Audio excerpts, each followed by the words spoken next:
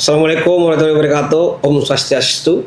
Hari ini tanggal 16 Februari 2024, tim penyidik Direktorat Penyidik Kejaksaan Agung pada tindak pidana khusus Jampisus telah menetapkan 5 orang tersangka perkembangan baru dari perkara timah, komoditas timah, yaitu atas nama tersangka SG alias AW selaku pengusaha tambang di Kota Pangkal Pinang, Provinsi Kabupaten Bangka Belitung. Yang kedua, MBG selaku pengusaha tambang di Kota Pangkal Pinang, Provinsi Bangka Belitung. Yang ketiga, HT alias ASN selaku Direktur Utama CP PIP, perusahaan milik tersangka TN dan alias AN. Dan yang keempat adalah MRVT alias RZ selaku Direktur Utama PT Timah Tbk 2016 sampai dengan 2021. Dan yang kelima, yang terakhir adalah EE alias EML selaku Direktur Keuangan PT Timah Tbk tahun 2017 sampai dengan 2018. Adapun modus operandinya dari kelima tersangka yang ditetapkan tersangka pada hari ini adalah tersangka HT alias ASN merupakan pengembangan penyelidikan dari tersangka sebelumnya yang sudah dilakukan penahanan, yakni tersangka TN alias AN dan tersangka AA. Kemudian mengenai tersangka SG alias AW dan tersangka MBG, kedua tersangka ini memiliki perusahaan yang melakukan perjanjian kerjasama dengan PT Timah Tbk pada tahun 2018 tentang sewa menyewa peralatan processing peleburan timah. Adapun perjanjian tersebut ditangani oleh tersangka MRPT alias RZ selaku Direktur Utama PT Timah Tbk dan tersangka EE alias EML selaku Direktur Keuangan PT Timah Tbk. Pada saat itu, tersangka SG alias AW memerintahkan tersangka MBG untuk menandatangani kontrak kerjasama serta menyuruh untuk menyediakan biji timah dengan cara membentuk perusahaan-perusahaan boneka guna mengakomodir pengumpulan biji timah ilegal dari UP PT Timah Tbk yang seluruhnya dikendalikan oleh tersangka MBG. Biji timah yang diproduksi oleh tersangka MBG tersebut perolehannya berasal dari IUP PT Timah Tbk atas persetujuan dari PT Timah Tbk. Kemudian baik biji maupun logam timah dijual oleh PT Timah Tbk kembali.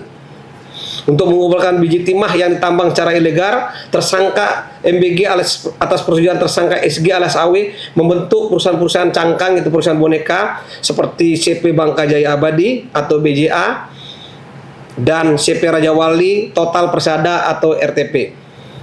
Total biaya yang dikeluarkan oleh PT Timah Tbk terkait dengan biaya pengelolaan dari PT SEP selama tahun 2019 dan 2022 yaitu senilai 975 miliar 581 juta 982.776 sen.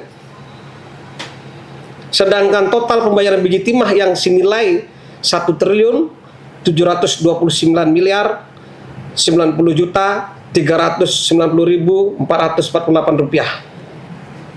Untuk melegalkan kegiatan perusahaan-perusahaan boneka tersebut, PT Timah Tbk menerbitkan surat perjanjian kerja borongan pengangkutan sisa hasil pengelolaan SAP menerima timah di mana keuntungan atas transaksi pembelian biji timah tersebut dinikmati oleh tersangka MBG dan tersangka SG alias AW. Bahwa perbuatan para tersangka mengakibatkan kerugian yang begitu besar karena menyebabkan suatu kerusakan lingkungan yang begitu parah dan berat luar biasa, hampir melebihi daripada perkara-perkara korupsi yang big case sebelumnya seperti Asabri dan perkara Duta Palma. Sehingga untuk hari ini kita belum bisa menentukan secara pasti kerugian negaranya karena masih dalam tahap penghitungan dengan tim penyidik dan ahli dari kerugian negara dan perekonomian negara.